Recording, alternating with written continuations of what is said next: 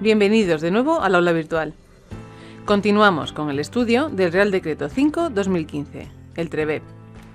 En este segundo vídeo veremos el capítulo 4 sobre negociación colectiva. Os recuerdo que continuamos en el título 3 sobre los derechos y deberes de los empleados públicos, el más largo de esta norma. Aclarado esto, comenzamos con el mismo. El artículo 31 va a recoger unas ideas o principios generales sobre el derecho a la negociación colectiva y a la representación de los empleados públicos. Así, nos dice que los empleados públicos tienen derecho a la negociación colectiva, representación y participación institucional para la determinación de sus condiciones de trabajo. Y a continuación, 3 definiciones a recordar. Por negociación colectiva se entiende el derecho a negociar la determinación de condiciones de trabajo de los empleados de la administración pública. Por representación se entiende la facultad de elegir representantes y constituir órganos unitarios a través de los cuales se instrumente la interlocución entre las administraciones públicas y sus empleados. Y por participación institucional se entiende el derecho a participar a través de las organizaciones sindicales en los órganos de control y seguimiento. Iremos viendo cómo el resto del capítulo desarrolla fundamentalmente las dos primeras, la negociación colectiva y el derecho a la representación. Y para finalizar este artículo, el apartado 6 recoge un aspecto también importante a recordar. Las organizaciones sindicales más representativas están legitimadas para la interposición de recursos en vía administrativa y jurisdiccional contra las resoluciones de los órganos de selección. Así que otro aspecto a recordar es que las organizaciones sindicales tienen la capacidad de querellarse contra las resoluciones sobre procesos selectivos. Y por último, antes de pasar a la negociación colectiva, el artículo 32 nos cita cómo se van a poder ejercer estos derechos para el personal laboral.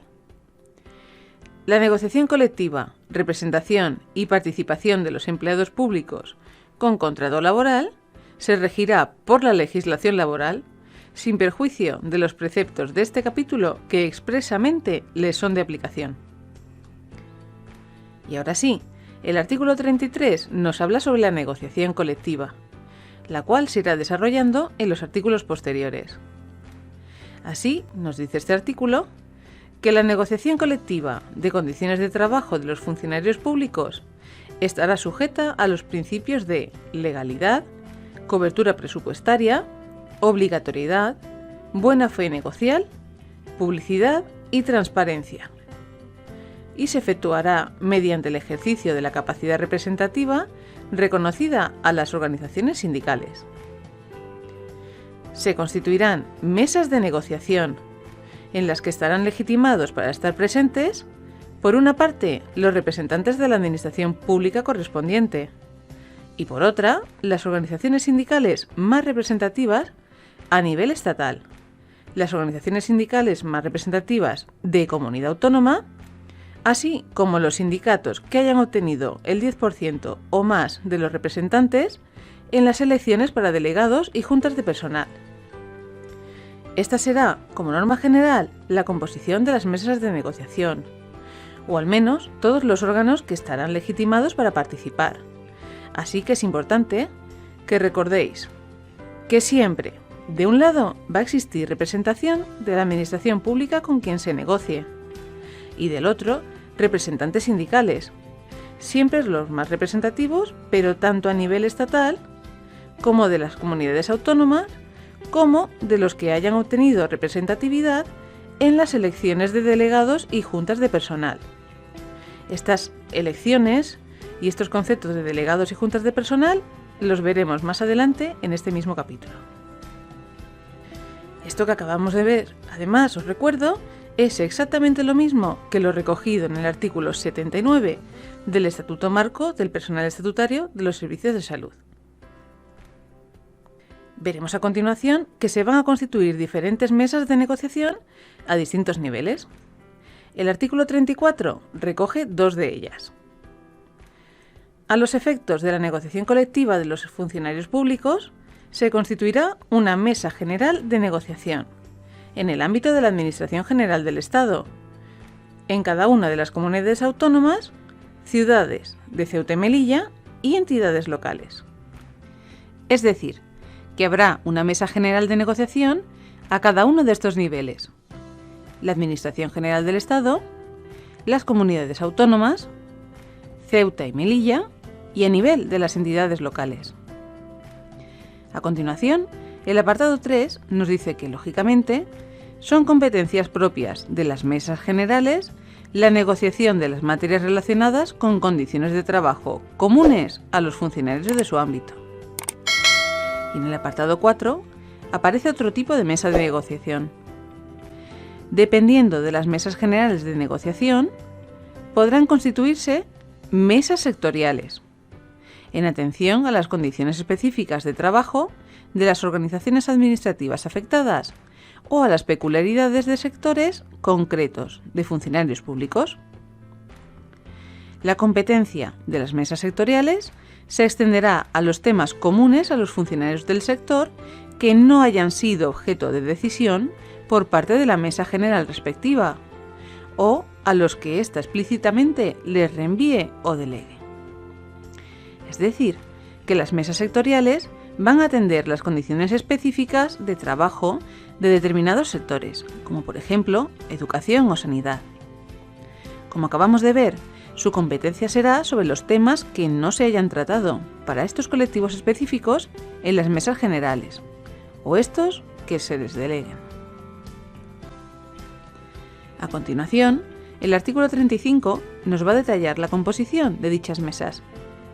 En realidad vamos a ver que sobre el esquema que vimos anteriormente no introduce variaciones, pero nos va a especificar que las mesas quedarán válidamente constituidas cuando, además de la representación de la administración correspondiente, y sin perjuicio del derecho de todas las organizaciones sindicales legitimadas a participar en ellas en proporción a su representatividad, esto hace referencia a lo que acabamos de ver en el artículo 33, tales organizaciones sindicales representen, como mínimo, la mayoría absoluta de los miembros de los órganos unitarios de representación. Esto significa que de la parte de los representantes sindicales, imaginemos que son 10 representantes, al menos tienen que estar presentes la mayoría absoluta de los mismos para que se pueda constituir la mesa, es decir, 6. Pensad que no necesariamente tienen que estar el 100% de los componentes, pueden ausentarse algunos y aún así que se puedan tomar decisiones. Y continuamos en el apartado 4, que nos dice: en las normas de desarrollo del presente estatuto se establecerá la composición numérica de las mesas, sin que ninguna de las partes pueda superar el número de 15 miembros. Y para finalizar con las mesas de negociación, el artículo 36 introduce un tercer tipo. Se constituye una mesa general de negociación de las administraciones públicas, que estará presidida por la Administración General del Estado y contará con representantes de las comunidades autónomas, de las ciudades de Ceuta y Melilla y de la Federación Española de Municipios y Provincias. La representación de las organizaciones sindicales se distribuirá en función de los resultados obtenidos en las elecciones a los órganos de representación del personal, en el conjunto de las administraciones públicas. Fijaros que la composición de esta mesa es distinta a lo que hemos visto anteriormente y va a constar, por parte de la Administración Pública, con representantes de la Administración General del Estado, de las comunidades autónomas, de Ceuta y Melilla y de la Federación Española de Municipios y Provincias, según la materia a negociar. Y por el lado sindical, el principio de representatividad cambia, pues estarán legitimados, en este caso, según los resultados obtenidos en las elecciones a los órganos de representación del personal en el conjunto de las administraciones públicas. Como os comentaba anteriormente, esto lo entenderéis mejor cuando veamos el resto del capítulo. Y continúa este artículo con las materias de negociación de esta mesa. Nos dice el apartado 2 que serán materias objeto de negociación en esta mesa las que resulten susceptibles de regulación estatal con carácter de norma básica, será específicamente objeto de negociación en el ámbito de la Mesa General de Negociación de las Administraciones Públicas el incremento global de las retribuciones del personal al servicio de las administraciones públicas que corresponda incluir en el proyecto de ley de presupuestos generales del Estado de cada año. Este es un aspecto importante a recordar. Antes de continuar, os dejamos un breve esquema sobre los tipos de mesas que acabamos de ver, para facilitaros el estudio.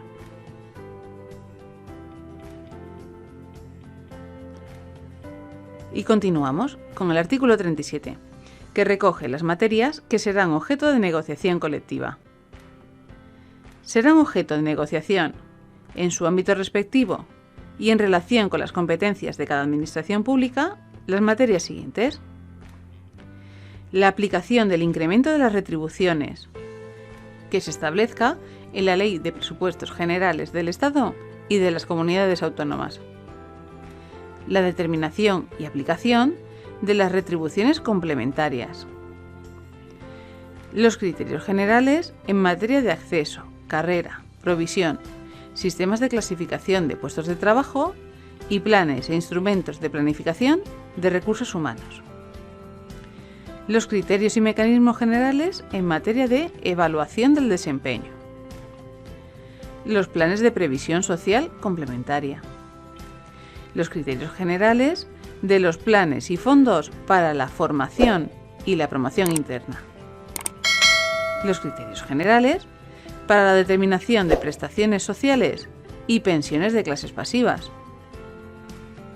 las propuestas sobre derechos sindicales y de participación, los criterios generales de acción social, las que así se establezcan en la normativa de prevención de riesgos laborales, las que afecten a las condiciones de trabajo y a las retribuciones de los funcionarios, cuya regulación exija norma con rango de ley, los criterios generales sobre ofertas de empleo público y, por último, las referidas a calendario laboral, horarios, jornadas, vacaciones, permisos, movilidad funcional y geográfica. Como podéis ver, de forma general, los criterios generales de todos los temas que afectan a las condiciones de trabajo de los funcionarios, en especial en lo referente a retribuciones, horarios, vacaciones y permisos, así como los criterios de acceso, ofertas de empleo público y planificación de recursos humanos. Y a continuación, el apartado 2 va a recoger, por el contrario, las materias que no son objeto de negociación colectiva. Quedan excluidas de la obligatoriedad de la negociación las materias siguientes: las decisiones de las administraciones públicas que afecten a sus potestades de organización, es decir, la propia organización de las administraciones públicas, la regulación del ejercicio de los derechos de los ciudadanos y de los usuarios de los servicios públicos, la determinación de condiciones de trabajo del personal directivo. Esto es importante que lo recordéis, que no forma parte de las materias de negociación, pues ha sido preguntado. Los poderes de dirección y control propios de la relación jerárquica y, por último, la regulación y determinación concreta, en cada caso, de los sistemas, criterios, órganos y procedimientos de acceso al empleo público y la promoción profesional. Y continuamos con la finalidad de estas negociaciones: llegar a pactos y acuerdos. Los vemos en el artículo 38, que nos dice: en el seno de las mesas de negociación correspondientes, los representantes de las administraciones públicas podrán concertar pactos y acuerdos con la representación de las organizaciones sindicales legitimadas a tales efectos, para la determinación de condiciones de trabajo de los funcionarios de dichas administraciones. Los pactos serán sobre materias que se correspondan estrictamente con el ámbito competencial del órgano administrativo que los suscribe y se aplicarán directamente al personal del ámbito correspondiente. Los acuerdos serán sobre materias competencia de los órganos de gobierno de las administraciones públicas. Para su validez, será necesaria su aprobación expresa y formal por estos órganos. Es decir, que la diferencia está en que los pactos tratan sobre competencias que ya poseen los órganos que los suscriben, por lo que son de aplicación directa, pues no necesitan ser aprobados por ningún otro órgano superior. Estos pactos, por tanto, suelen afectar a cuestiones organizativas menores y a personal muy concreto. Por ejemplo, la regulación del descanso diario dentro de la jornada de trabajo. Sin embargo, los acuerdos tratan sobre competencias de los órganos de gobierno de la correspondiente administración pública y por ello, hasta no tener su aprobación, no se pueden aplicar. Evidentemente, afectan a cuestiones de mayor entidad y a grupos más grandes de funcionarios. Generalmente se trata de temas de retribuciones, regulación de la jornada laboral, vacaciones, etc. Y continuamos en el apartado 4, que nos dice el contenido de dichos pactos y acuerdos. Los pactos y acuerdos deberán determinar las partes que los conciertan, el ámbito personal, funcional, territorial y temporal, así como la forma, plazo de preaviso y condiciones de denuncia de los mismos. Y seguimos viendo particularidades de los pactos y acuerdos. En el apartado 6, para los pactos celebrados y los acuerdos una vez ratificados, que la autoridad respectiva ordenará su publicación en el boletín oficial que corresponda en función del ámbito territorial.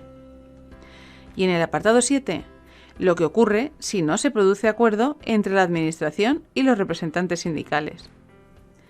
En el supuesto de que no se produzca acuerdo en la negociación y una vez agotados, en su caso, los procedimientos de solución extrajudicial de conflictos, corresponderá a los órganos de gobierno de las administraciones públicas establecer las condiciones de trabajo de los funcionarios. También es importante lo recogido en el apartado 10. Se garantiza el cumplimiento de los pactos y acuerdos, salvo cuando, excepcionalmente y por causa grave de interés público, los órganos de gobierno de las administraciones públicas suspendan o modifiquen el cumplimiento de pactos y acuerdos ya firmados, en la medida estrictamente necesaria para salvaguardar el interés público. Además, en este supuesto, las administraciones públicas deberán informar a las organizaciones sindicales de las causas de la suspensión o modificación. Y finalmente, los últimos 3 apartados hacen referencia a la duración de los pactos y acuerdos. Salvo acuerdo en contrario, los pactos y acuerdos se prorrogarán de año en año, si no mediara denuncia expresa de una de las partes. La vigencia del contenido de los pactos y acuerdos se producirá en los términos que los mismos hubieran establecido, y los pactos y acuerdos que sucedan a otros anteriores los derogan en su integridad, salvo los aspectos que expresamente se acuerde mantener. Y pasamos a ver otro de los aspectos que, como comentábamos al principio del vídeo, articulan este capítulo: el derecho a la representación, que supone la facultad de elegir representantes que hagan de interlocutores con las administraciones públicas. Estos órganos de representación se definen en el artículo 39, que nos dice: los órganos específicos de representación de los funcionarios son los delegados de personal y las juntas de personal. Respecto a los delegados de personal, nos dice el apartado 2 que en las unidades electorales, o para que lo recordéis mejor, generalmente los centros de trabajo, donde el número de funcionarios sea igual o superior a 6 e inferior a 50, su representación corresponderá a los delegados de personal. Hasta 30 funcionarios se elegirá un delegado y de 31 a 49 se elegirán 3. Es decir, que como podéis ver, los delegados de personal van a ser los representantes en los centros en los que el número de funcionarios sea pequeño y en cualquier caso hasta un máximo de 49, pues a partir de 50 funcionarios como nos dice el apartado siguiente, las juntas de personal se constituirán en unidades electorales que cuenten con un censo mínimo de 50 funcionarios. Además de esto, en el apartado 5 vemos que cada junta de personal se compone de un número de representantes en función del número de funcionarios de la unidad electoral correspondiente, de acuerdo con la siguiente escala. De 50 a 100 funcionarios, 5. De 101 a 250 funcionarios, 9. De 251 a 500 funcionarios, 13. De 501 a 750 funcionarios, 17. De 751 a 1000 funcionarios, 21. Y de 1001 en adelante, 2 por cada 1000 o fracción, con un máximo de 75. Esta escala respecto al número de representantes según el número de funcionarios es muy preguntada, por lo que sí o sí debéis memorizarla.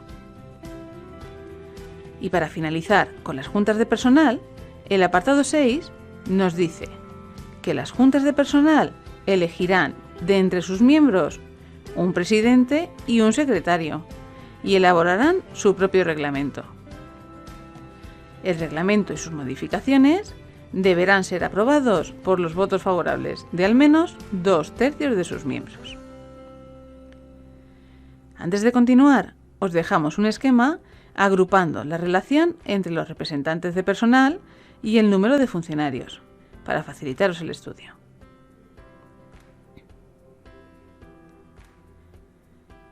Y ahora sí, continuamos con el artículo 40, que recoge las funciones de estos órganos de representación. Las juntas de personal y los delegados de personal, en su caso, tendrán las siguientes funciones en sus respectivos ámbitos. Recibir información sobre la política de personal. Emitir informe a solicitud de la Administración Pública correspondiente. Ser informados de todas las sanciones impuestas por faltas muy graves. Tener conocimiento y ser oídos en el establecimiento de la jornada laboral y horario de trabajo, así como en el régimen de vacaciones y permisos. Vigilar el cumplimiento de las normas vigentes en materia de condiciones de trabajo, prevención de riesgos laborales, seguridad social y empleo, y ejercer, en su caso, las acciones legales oportunas ante los organismos competentes. Y por último, colaborar con la administración correspondiente para el mantenimiento e incremento de la productividad. Además de esto, las juntas de personal y, en su caso, los delegados de personal estarán legitimados para iniciar, como interesados, los correspondientes procedimientos administrativos y ejercitar las acciones en vía administrativa o judicial en todo lo relativo al ámbito de sus funciones. Es decir, que actuarán por propia iniciativa, realizando cuantas solicitudes o reclamaciones consideren, tanto en vía administrativa como judicial. Y seguimos viendo particularidades de estos órganos de representación. El artículo 41 recoge cuáles van a ser sus derechos y garantías cuando ejerzan sus funciones. Los miembros de las juntas de personal y los delegados de personal dispondrán, en el ejercicio de su función representativa, de las siguientes garantías y derechos: el acceso y libre circulación por las dependencias de su unidad electoral, sin que se entorpezca el normal funcionamiento, dentro de los horarios habituales de trabajo y con excepción de las zonas que se reserven de conformidad con lo dispuesto en la legislación vigente. La distribución libre de las publicaciones que se refieran a cuestiones profesionales y sindicales. La audiencia en los expedientes disciplinarios a que pudieran ser sometidos sus miembros. Un crédito de horas mensuales dentro de la jornada de trabajo y retribuidas como de trabajo efectivo, de acuerdo con la siguiente escala. Hasta 100 funcionarios, 15 horas. De 101 a 250 funcionarios, 20 horas. De 251 a 500 funcionarios, 30 horas. De 501 a 750 funcionarios, 35 horas. y de 751 en adelante 40 horas. Esta escala de horas mensuales, consideradas de trabajo efectivo para poder ejercer su actividad de representación, también es importante recordarla, pues ha sido objeto de algunas preguntas. Y por último, no ser trasladados ni sancionados por causas relacionadas con el ejercicio de su mandato representativo, ni durante la vigencia del mismo, ni en el año siguiente a su extinción. Además, los miembros de las juntas de personal y los delegados de personal no podrán ser discriminados en su formación ni en su promoción económica o profesional, por razón del desempeño de su representación. Y cada uno de los miembros de la junta de personal, así como los delegados de personal, observarán sigilo profesional en todo lo referente a los asuntos que la Administración señale expresamente el carácter reservado, aún después de expirar su mandato. Y respecto a la duración de la representación, el artículo 42 nos dice que el mandato de los miembros de las juntas de personal y los delegados de personal será de 4 años, pudiendo ser reelegidos. Y continuamos viendo en los 2 siguientes artículos cómo se va a proceder a elegir a estos representantes del personal, que será mediante elecciones. Primero, como se recoge en el artículo 43, veremos quién puede promover la realización de dichas elecciones. ¿Podrán promover la celebración de elecciones a delegados y juntas de personal los sindicatos más representativos a nivel estatal, los sindicatos más representativos a nivel de comunidad autónoma, cuando la unidad electoral afectada esté ubicada dentro de su ámbito geográfico, los sindicatos que, sin ser más representativos, hayan conseguido al menos el 10% de los representantes en el conjunto de las administraciones públicas, los sindicatos que hayan obtenido al menos un porcentaje del 10% en la unidad electoral y, por último, no solo los sindicatos, sino los funcionarios de la unidad electoral, por acuerdo mayoritario. Y a continuación, ¿cómo se va a proceder para dichas elecciones? Lo vemos en el artículo 44, que nos dice que el procedimiento para la elección de las juntas de personal y para la elección de delegados de personal se determinará reglamentariamente teniendo en cuenta que la elección se realizará mediante sufragio personal, directo, libre y secreto. Ojo que solo pueden votar los empleados a los que atañen estas elecciones, por lo que se trata de un sufragio personal, no universal como estamos acostumbrados para las elecciones generales. Serán electores y elegibles los funcionarios que se encuentren en la situación de servicio activo. Las juntas de personal se elegirán mediante listas cerradas a través de un sistema proporcional. Esto quiere decir que se votará al partido, o en este caso a la organización sindical en su conjunto.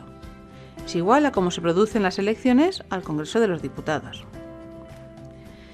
Y los delegados de personal mediante listas abiertas y sistema mayoritario, lo cual significa que en el caso de los delegados de personal, que ya hemos visto son órganos de entre 1 y 3 personas, para unidades electorales con pocos funcionarios, por el contrario, la votación será por listas abiertas, lo cual significa que se votará por una persona concreta, sin que participe ningún partido o en este caso organización sindical, al igual que ocurre con las elecciones al Senado.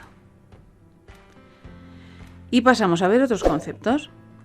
El artículo 45 recoge la solución extrajudicial de los conflictos colectivos, de la que nos dice que las administraciones públicas y las organizaciones sindicales podrán acordar la creación, configuración y desarrollo de sistemas de solución extrajudicial de conflictos colectivos. Los conflictos podrán ser los derivados de la negociación, aplicación e interpretación de los pactos y acuerdos. Los sistemas podrán estar integrados por procedimientos de mediación y arbitraje. La mediación será obligatoria cuando lo solicite una de las partes y las propuestas de solución que ofrezcan el mediador o mediadores podrán ser libremente aceptadas o rechazadas por las mismas. Es decir, que la mediación no es vinculante, por eso será obligatorio aceptarlo cuando lo solicite alguna de las partes, porque aceptar lo que proponga el mediador puede entenderse más bien como un acto de buena fe. Sin embargo, en el procedimiento de arbitraje, las partes podrán acordar voluntariamente encomendar a un tercero la resolución del conflicto planteado, comprometiéndose de antemano a aceptar el contenido de la misma. Por lo tanto, como la decisión del árbitro sí es vinculante, ambas partes deben acordar voluntariamente someter el conflicto a este arbitraje. Y por último, el acuerdo logrado a través de la mediación o de la resolución de arbitraje tendrá la misma eficacia jurídica y tramitación de los pactos y acuerdos. Y finalizamos este capítulo y por lo tanto este vídeo con el artículo 46, que nos habla sobre el derecho de reunión. Están legitimados para convocar una reunión, además de las organizaciones sindicales, los delegados de personal, las juntas de personal, los comités de empresa y los empleados públicos de las administraciones respectivas en un número no inferior al 40%. Las reuniones en el centro de trabajo se autorizarán fuera de las horas de trabajo y la celebración de la reunión no perjudicará a la prestación de los servicios y además los convocantes de la misma serán responsables de su normal desarrollo. Y con esto finalizamos este segundo vídeo sobre el TREVEP. Como siempre, os reseñamos los puntos más importantes vistos, que son las distintas mesas de negociación, así como su composición, las materias objeto de negociación, los pactos y los acuerdos, en especial su definición, los delegados de personal y las juntas de personal, en especial el número de sus componentes en relación con el de funcionarios, y por último, las garantías o derechos de estos órganos de representación. Nos vemos en el próximo vídeo.